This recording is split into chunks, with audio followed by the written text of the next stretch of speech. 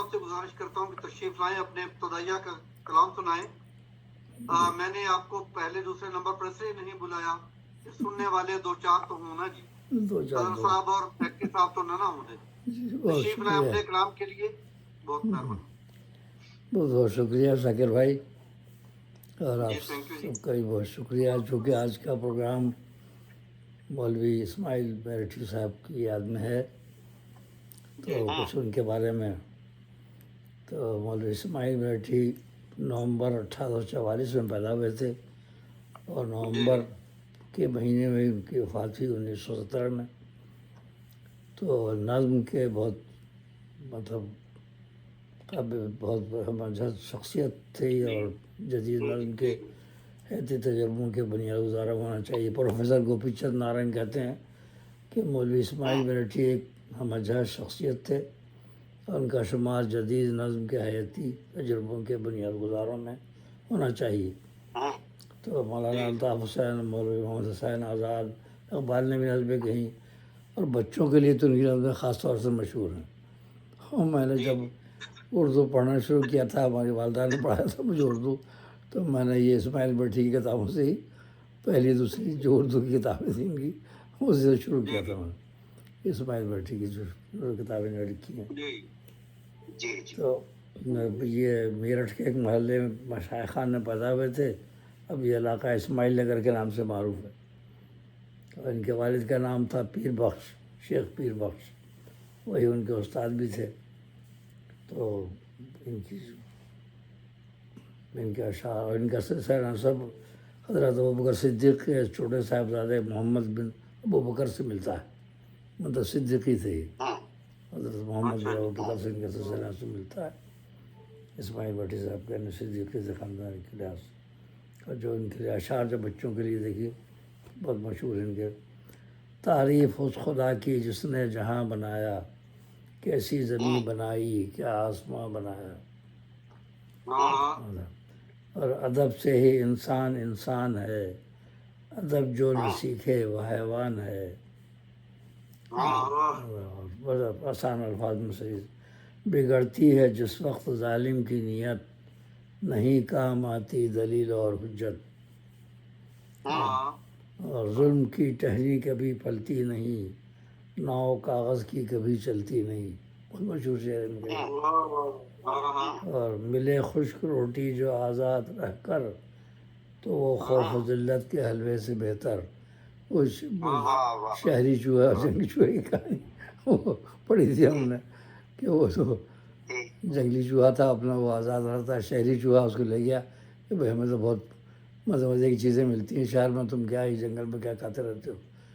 وہاں گیا تو ظاہر ہے اچھی چیزیں ملی، لیکن اس نے دیکھا چوہا دان، اس نے کہا یہ کیا، اس نے کہا بھائی پکڑنے کے لیے لگایا ہوا. تو بھاگ گیا وہاں سے. تو اس نے کہا ملے خشک روٹی جو آزاد رہ کر، تو وہ خوف ذلت کے حلوے سے بہتر. یہ چوہا دان بھی ہے، بلی بھی پالی بھی، بھاگ گیا کہ جنگل کی آزادی بہتر. اور ایک اور شعر ان کا، جو بات کہو صاف ہو ستھری ہو بھلی ہو، کڑوی نہ ہو کھٹی نہ ہو مصری کی ڈلی ہو. جو بات کہو صاف ہو ستھری ہو بھلی ہو، کڑوی نہ ہو کھٹی نہ ہو مصری کی ڈلی ہو. تو ان کی نظمیں جو ہیں بچوں کے لیے اور سب کو اس میں شامل ہے. تو میں ایک نظم بچوں والی پیش کرتا ہوں جو کہ مطلب ہی نہیں کہ اس میں.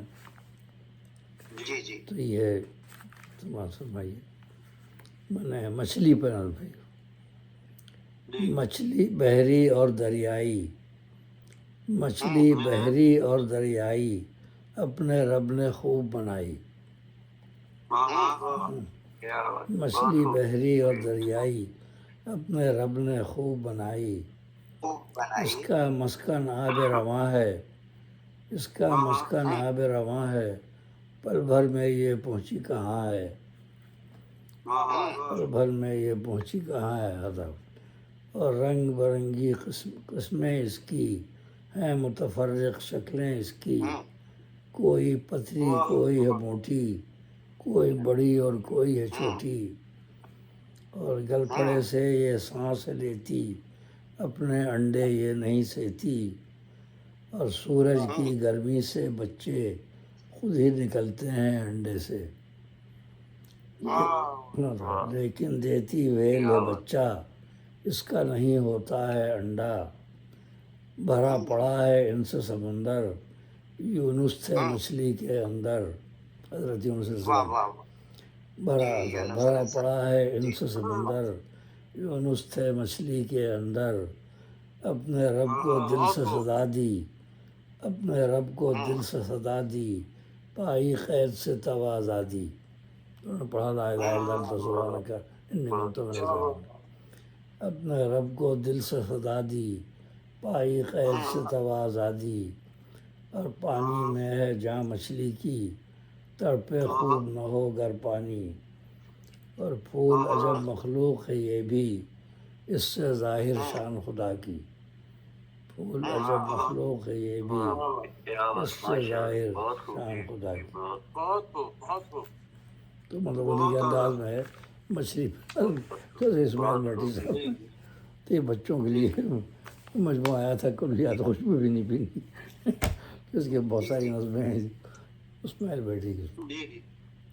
جی جناب، یہ تھے تنویر پور صاحب، ہم ان سے ان کا کلام بھی تھوڑی دیر میں سنیں گے۔